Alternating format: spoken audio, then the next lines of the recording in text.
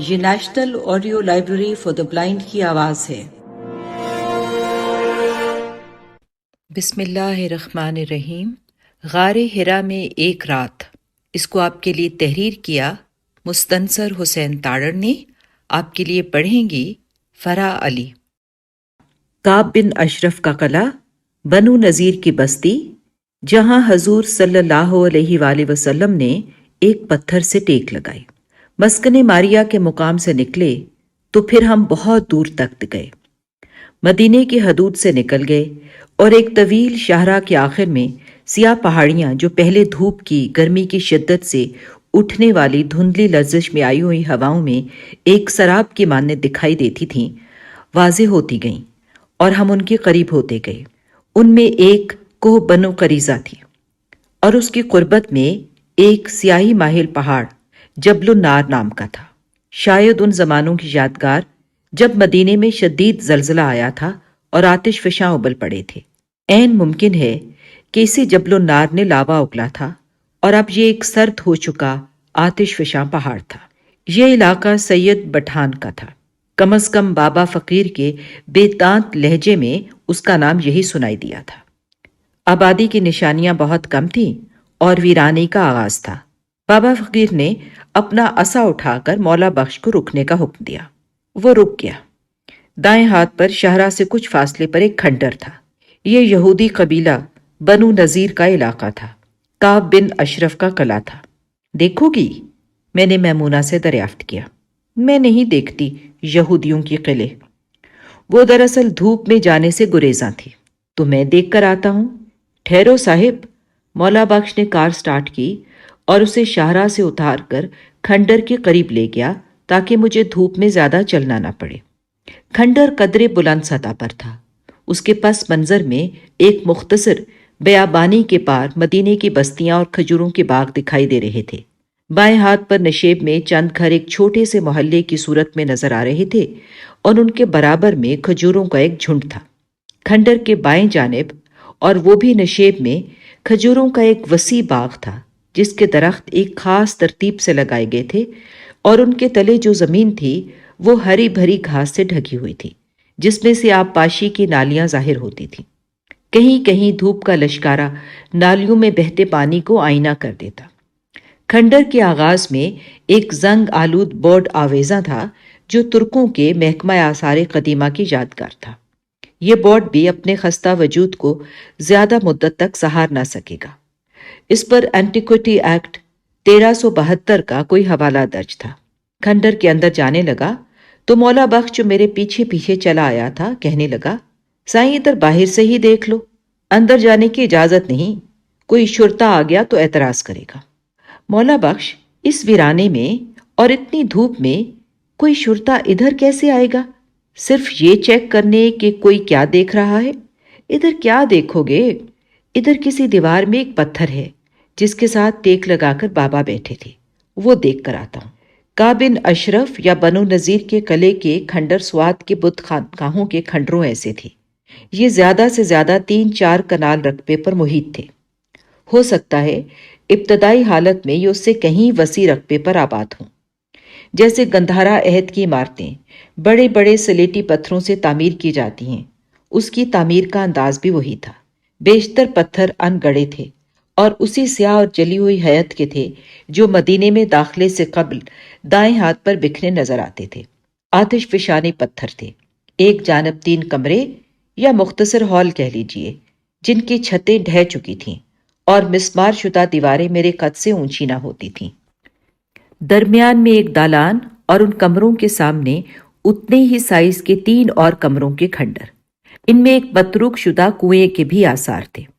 اس کے اندر قدم رکھتے ہی یہ خیال دامنگیر ہوتا تھا کہ ایک بار حضور صلی اللہ علیہ وآلہ وسلم یہاں آئے تھے اور اس کی ایک دیوار کے ساتھ ٹیک لگا کر بیٹھے تھے اور جان گئے تھے کہ بنو نذیر اوپر سے پتھر گرا کر انہیں ہلاک کرنے کا منصوبہ بنا رہے ہیں، تو وہ یک لخت وہاں سے اٹھ گئے تھے۔ یہ ایسا کھنڈر تھا جہاں رونما ہونے والے واقعات کا تذکرہ قرآن پاک میں بھی آیا ہے۔ اس تاریخی قلعے کے کھنڈروں کی میری معلومات کے مطابق کبھی باقاعدہ کھدائی نہیں کی گئی کہ اپنی تاریخ کے آثار میں سے کھوج لگانے کے لیے جو شوق جستجو اور تدبیر درکار ہوتی ہے، وہ سونے کے محلوں میں رہنے والے حکمرانوں کے خالی ذہنوں میں مقیم نہیں ہو سکتی۔ اگر اس قلعے کے کھنڈر اور اس کے نواح کو کوئی جان مارشل، مارٹی مور ویلر یا دانی مل جائے تو مجھے یقین ہے کہ ان کی تہوں میں مٹی میں مدفون اب بھی وہ تیر اور تلواریں بے شک زنگ آلود حالت میں اب بھی موجود ہوں گی جو بنو نذیر اور صحابہ کرام کے ہاتھوں میں رہی ہوں گی، وہ تیر بھی جو اس قلعے کے محاصرے کے دوران حضور کے خیمے تک پہنچتے اور اس میں چھید کرتے تھے۔ میں کعب بن اشرف کی قلعے کے کھنڈروں میں اس کے سیاہ پتھروں میں سے اٹھنے والی تاریخ کی حدت محسوس کرتا تنہا تھا۔ یہاں میں اپنے ایک شدید خدشے کا اظہار کرنا چاہتا ہوں۔ بے شک چھوٹا منہ ہے، لیکن بات اتنی بڑی ہے کہ اس پر دھیان کرنا چاہیے۔ مجھے خدشہ ہے کہ آئندہ 100-200 برسوں میں دیگر مذاہب کے مانند اسلام بھی ایک دیو مالائی کہانی بن سکتا ہے۔ جوں جوں اس کے آثار مٹتے چلے جائیں گے، ہم حقیقت سے دور ہو کر داستانوں میں چلے جائیں گے۔ تاریخ کے آثار پر ہل چلا کر پھر وہاں سہاگا پھیر کر زمین کو ہموار ایسے کر دینے سے کہ وہاں سے گزرنے والے کو شائبہ بھی نہ ہو کہ یہاں ایسے مقام، ایسے کھنڈر، ایسے نشان موجود تھے جو اس کے عقیدے اور کتاب کی شہادت دے کر اسے پختہ کرتے تھے۔ ایسا کرنے سے، ایسے بے رحم عمل سے اپنے تئیں شرک کو مسمار کرنے والے یہ نہیں جانتے کہ آثار اور تاریخ کو منہدم کر دینے سے مذہب کے ایک دیو مالائی داستان بن جانے کا خدشہ وجود میں آتا ہے۔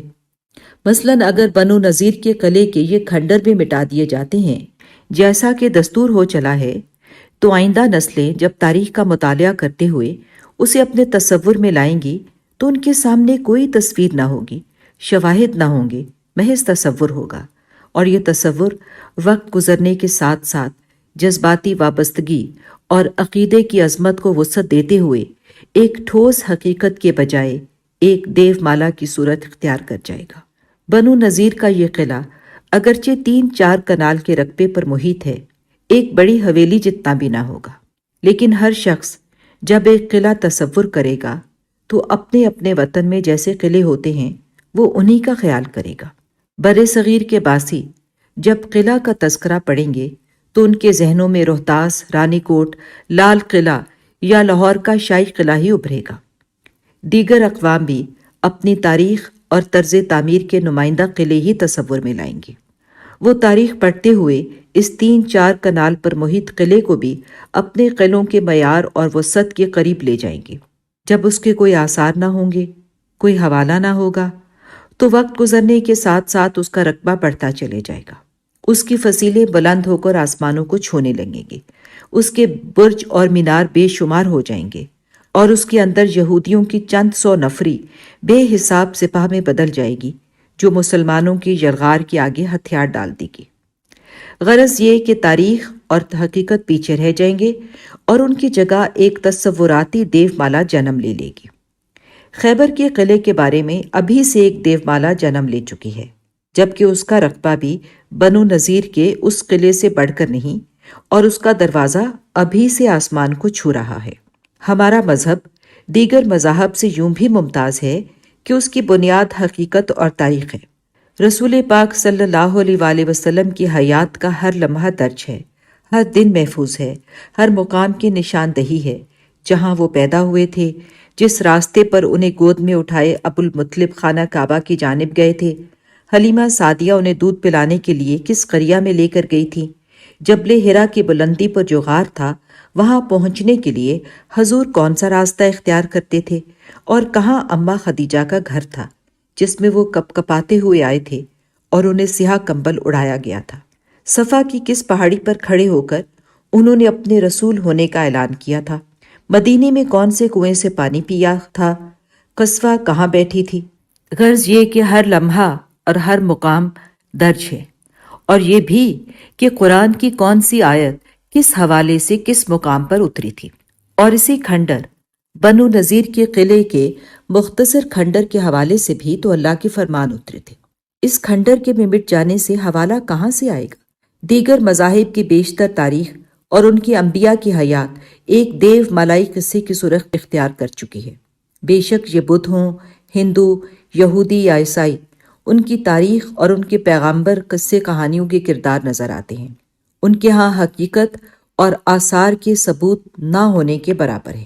ایک مدت تک ہیلن کی نسبت سے مشہور ٹروئے کا شہر دیو مالا کے اندھیروں میں گم رہا، اور بالآخر جب موجودہ ترکی میں اس کے آثار دریافت ہوئے تو یہ کھلا کہ اس کی فصیلیں اتنی بلند نہ تھیں جتنی بیان کی جاتی تھی۔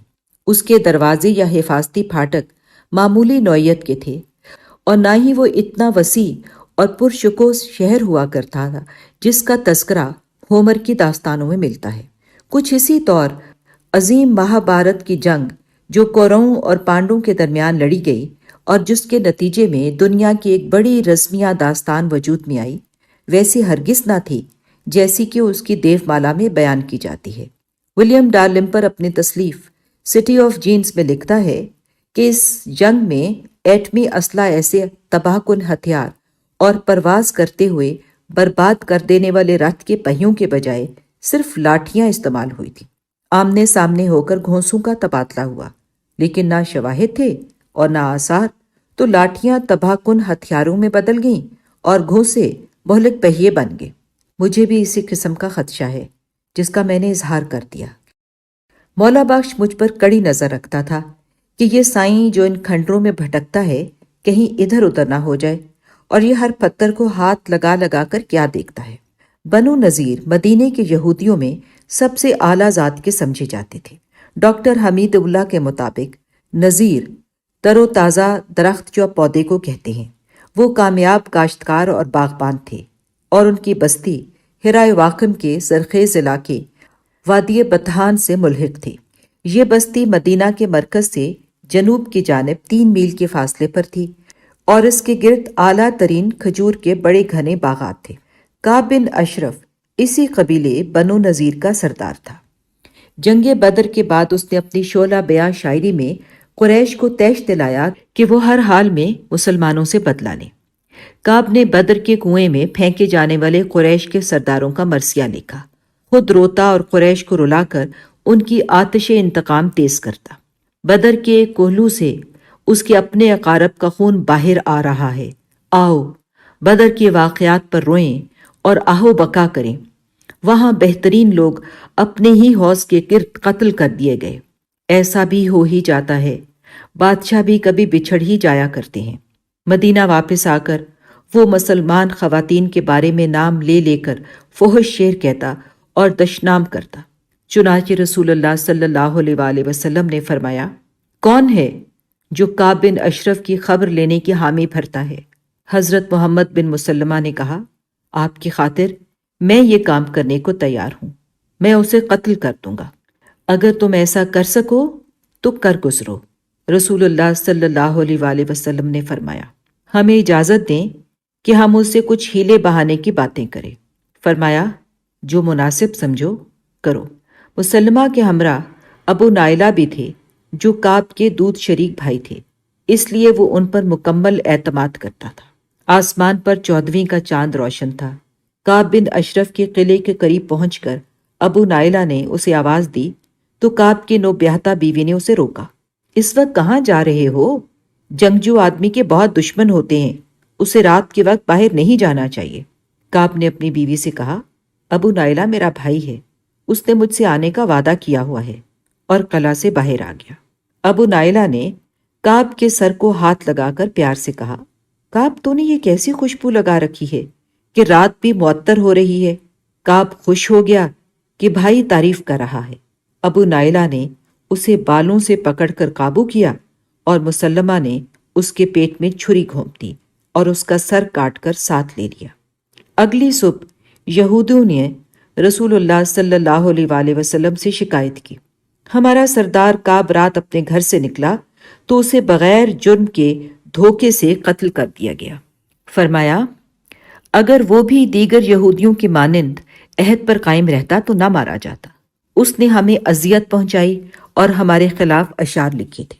ایک بار رسول اللہ صلی اللہ علیہ وآلہ وسلم مقتولین کی دیت کے بارے میں مشورہ کرنے کے لیے بنو نذیر کے قلعے میں تشریف لائے، جبکہ ان کے ہمراہ 10 صحابہ کرام تھے جن میں حضرت ابو بکر صدیق رضی اللہ تعالیٰ عنہ، حضرت عمر بن خطاب رضی اللہ تعالیٰ عنہ، حضرت علی بن ابی طالب رضی اللہ تعالیٰ عنہ، حضرت زبیر رضی اللہ تعالیٰ عنہ، حضرت طلحہ رضی اللہ تعالیٰ عنہ شامل تھے۔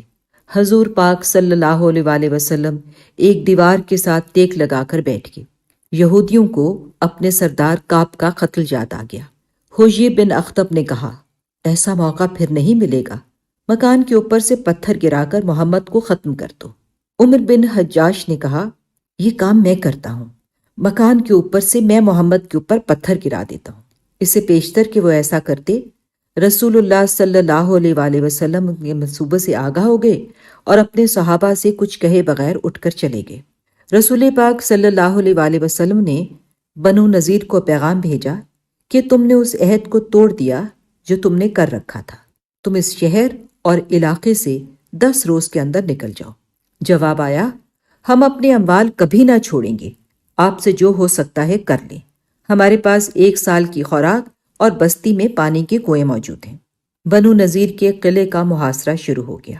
کمان حضرت ابو بکر صدیق رضی اللہ تعالیٰ عنہ کو سونپی گئی۔ فجر کی نماز کے لیے اذان حضرت بلال رضی اللہ تعالیٰ عنہ نے دی اور انہوں نے حضور کا خیمہ نصب کیا۔ یہودیوں کے تیر خیمے تک آتے، اس میں چھید کرتے، چنانچہ رسول پاک صلی اللہ علیہ وآلہ وسلم نے اسے پیچھے نصب کرنے کا حکم دیا۔ جب آپ نے دیکھا کہ یہودی ہتھیار ڈالنے والے نہیں اور قلعے سے باہر آ کر مقابلہ نہیں کریں گے تو آپ نے ان کے کھجوروں کے باغ کاٹ دینے کا حکم دیا۔ بنو نذیر نے احتجاج کیا، آپ ہمارے پھلدار درخت کیوں کٹوا رہے ہیں؟ آپ تو زمین پر فساد پھیلانے سے منع کرتے تھے، اور وہ درست بھی کہتے تھے کہ رسول اللہ صلی اللہ علیہ وآلہ وسلم ہمیشہ جنگ کے دوران عورتوں اور بچوں کے قتل اور درختوں کو کاٹنے سے منع فرمایا کرتے تھے۔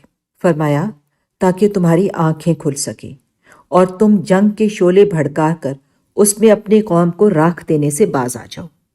ہیکل کے مطابق یہودیوں نے کہا، اے محمد، آپ تو دوسروں کو فساد کرنے سے منع کرتے تھے، پھر خود ہی ہمارے ہرے بھرے پودے کاٹ کر جلانا کہاں کا انصاف ہے؟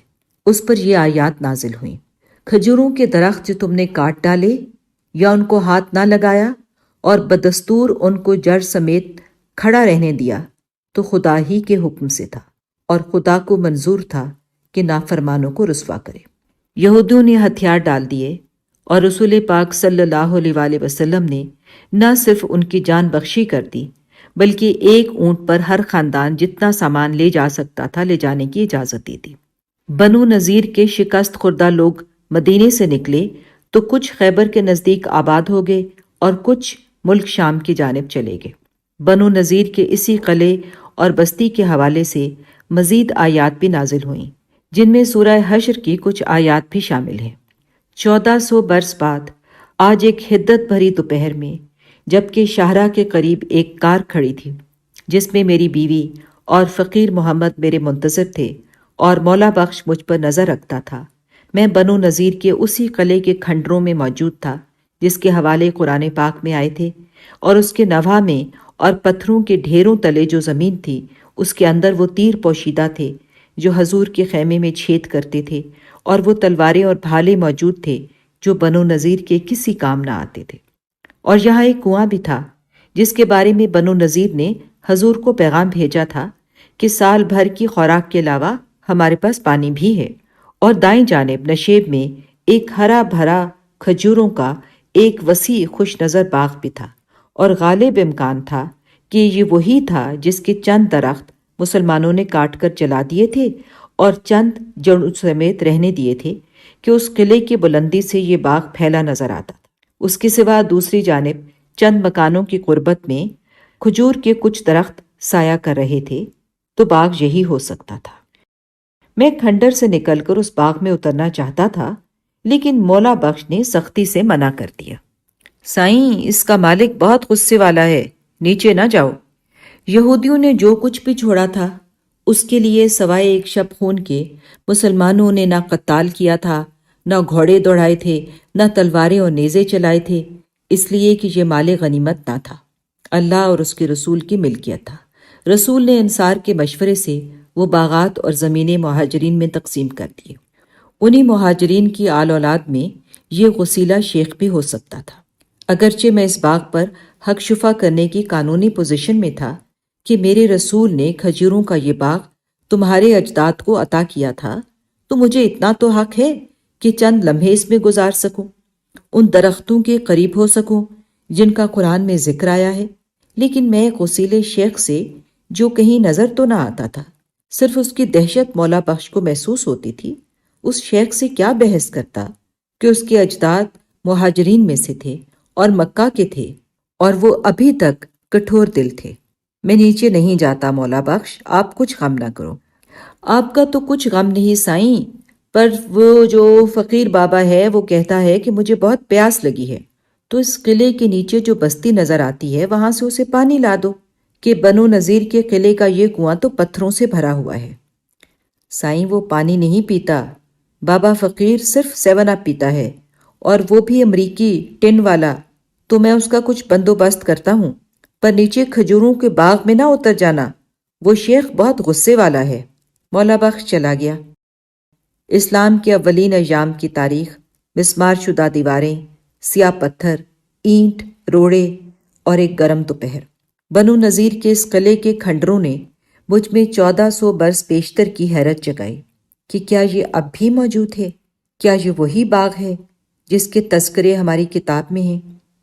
جہاں ہماری کار کھڑی ہے، یہ مقام وہ مقام بھی ہو سکتا ہے جہاں تیروں سے چھلنی حضور کا خیمہ استادہ تھا، اور یہیں کہیں وہ دیوار تھی، اس قلعے میں یا اس کے نوحہ میں جس کے ساتھ ٹیک لگا کر حضور بیٹھے تھے۔